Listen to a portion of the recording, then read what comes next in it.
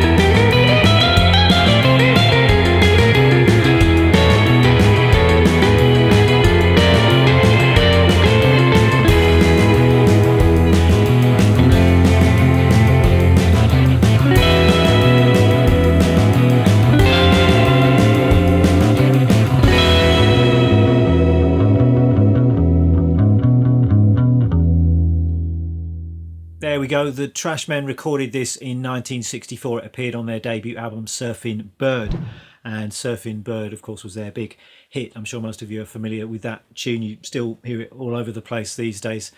And the Trashmen described on Wikipedia as the premier landlocked Midwestern surf act of the 1960s, alongside the band The Astronauts. So the Astronauts, I think, were from Colorado. I looked at an Astronauts tune, Baja, a little while back on this channel. And the tune Malaguena, I hope I'm pronouncing that vaguely correctly, has got this lovely Spanishy flavour, and originally it was written by a Cuban composer, I think, possibly based on a traditional Spanish melody. I'm not exactly sure about that.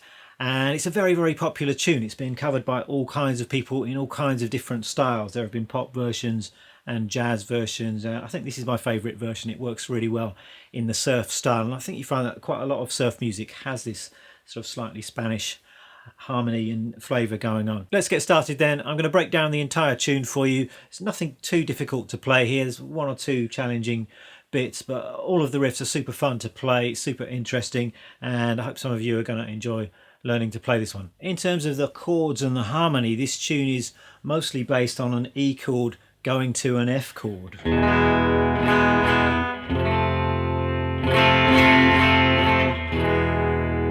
So that really sets up that Spanishy flamenco type feel. So you could talk about this in the key of E, but when you go up half a step or a semitone to an F, it's really setting up a kind of Phrygian or Phrygian dominant sound. So quite an exotic sound, and one of the signatures of that sound is when you've got your home chord, your one chord, and then you're just going up a semitone. You've got that flat 2. That's kind of one of the key notes in the Phrygian sound. And what you hear at the top of this tune is a little introduction that's quite freely played. It's before the band kicks in properly. It goes like this.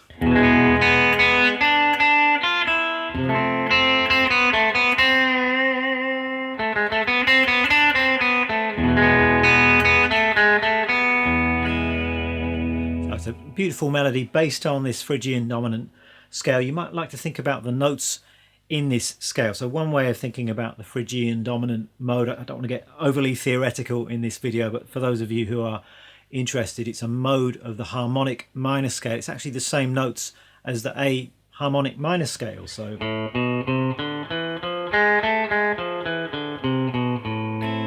if you start on the 5th note of that scale on an E, and you've got E, F, G sharp, A, B, C, D, and you're back to E again. You've got that Phrygian dominant mode, and those are the notes that are used in this opening theme. So the melody itself is quite simple.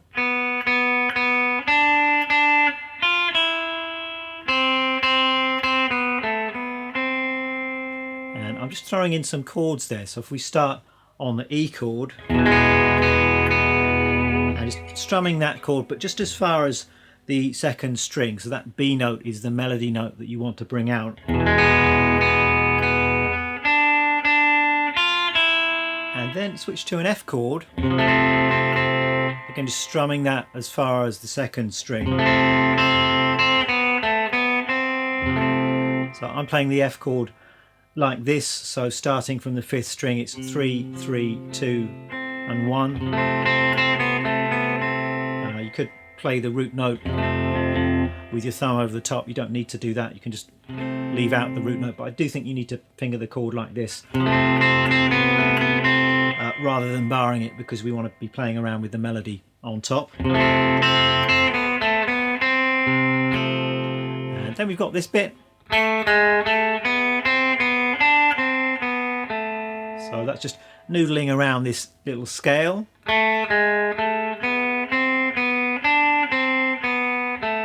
And then we're back to the E chord.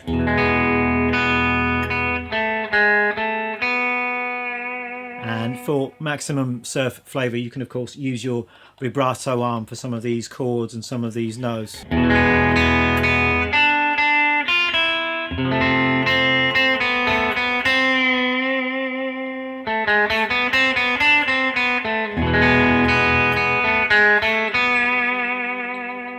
Then the band kicks in, you can hear the rhythm guitar.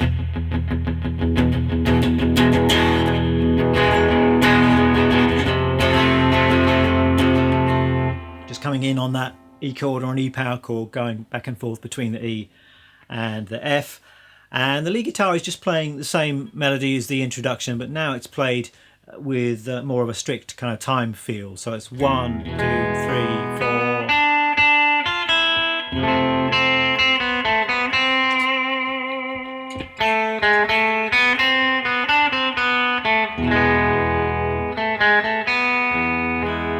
So straightforward enough. Just watch out for the rhythm on this bit. So that's coming in on the and of 1. That's how I'm hearing it. 2, 3, 4, 1.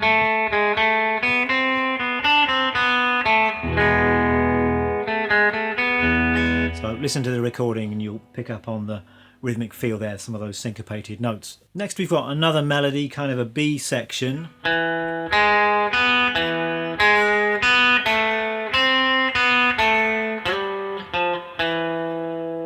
So starts off just outlining the chords really, so arpeggiating that E chord. We just got the root, the 3rd and the 5th, so E, G sharp and B.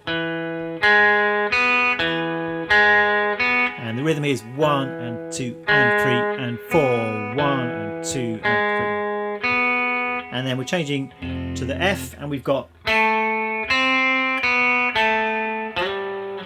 so we've got the A, C, B, A.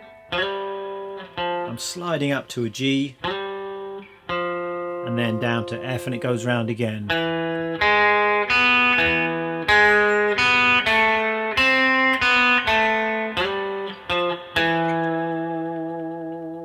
And then there's a little break in the melody. You can just play some chords. So start off with a single E note and then an F, then going higher up the neck for some triad shapes. So that's just an E to an F triad. So the top 3 strings, frets 13, 12 and 12, that's our E triad. Taking it up 1 fret to the F.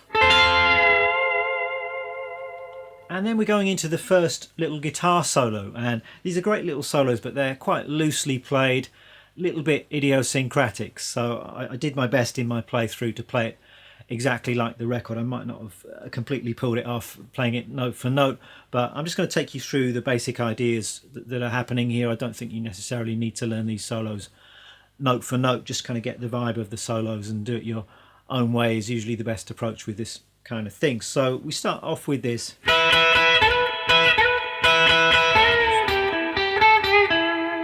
So what seems to be going on here, we're playing over the E to the F chords, and over the E chord you can play E minor pentatonic, and then for the F chord you can just move everything up 1 fret and play it F minor pentatonic. That seems to be the approach that's being used in this particular solo. Lots of rock and roll, Chuck Berry kind of ideas for that opening lick. Some double stops on the top 2 strings. That's classic Chuck Berry things, of sliding up to the 16th fret on the 3rd string, and then the double stop.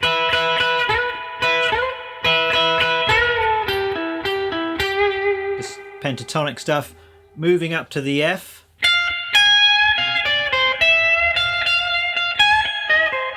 So playing around that F minor pentatonic. Yeah, occasionally just venturing out of the minor pentatonic. There's an E note in there that I'm hearing. Then back down 1 fret to E. And then up again.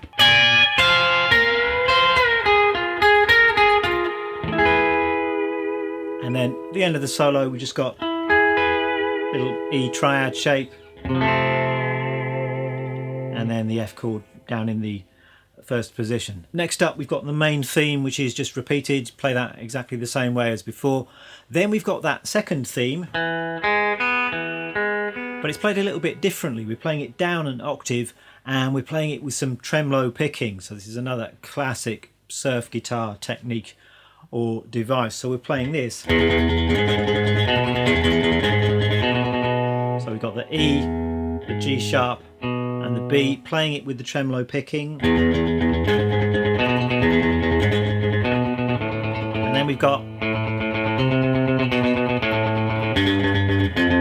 so A, C, B, A, G and F. Same notes as we had before, played an octave lower. So quite challenging to play this kind of tremolo picked part up to speed, so stay loose, stay relaxed. I have done a video on tremolo picking technique, which you might like to check out if you're struggling with this particular technique.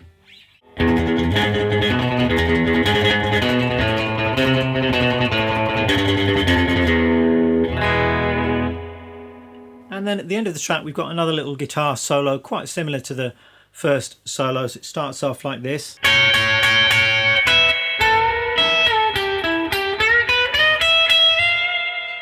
So E minor pentatonic-ish, we're actually starting with this little double stop shape here, so frets 14 and 15.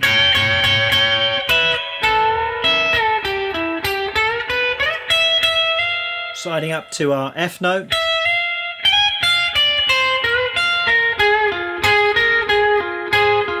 So again, F minor pentatonic-ish, there are a few extra notes thrown in there, and then we fall into this riff. So nice double stop idea, more classic rock and roll language. I'm thinking out of the chord shape here, so you've got your E bar chord or your E major triad shape. You've got the root note, playing that with the 3rd finger. I'm just flattening down that finger to play a double stop at the 14th fret on the B and G. And then I've got a double stop at the 12th fret, and I'm hammering down, so it's that minor to major 3rd sound. And it's just the same idea, taken up 1 fret to fit over the F chord. And then outro of the tune, we've just got some extended chords here, so just got the little triad shape down to the F, and I do like this bit.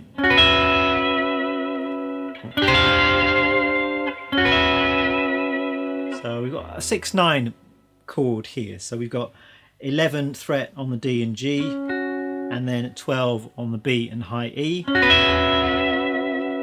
Various ways you can play those notes. You can play them using all your fingers like that. You could bar with your first finger and your third finger. But that's an E6/9 chord. I'm not playing the root, but with the root it sounds like this. And then moving up 1 fret, it's an F6/9, and then back again.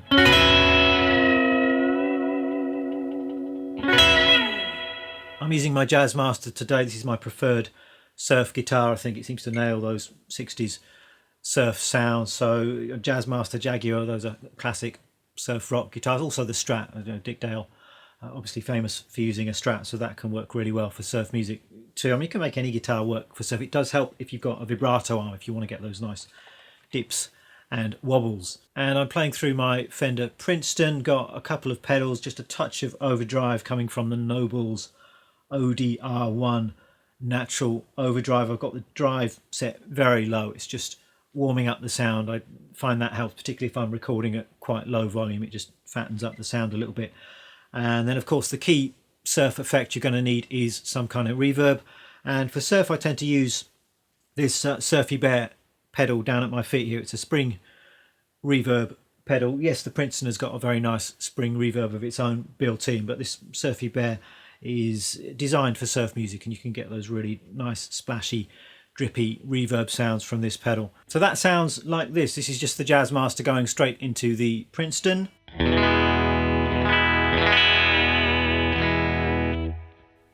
Adding the overdrive. And finally adding the reverb.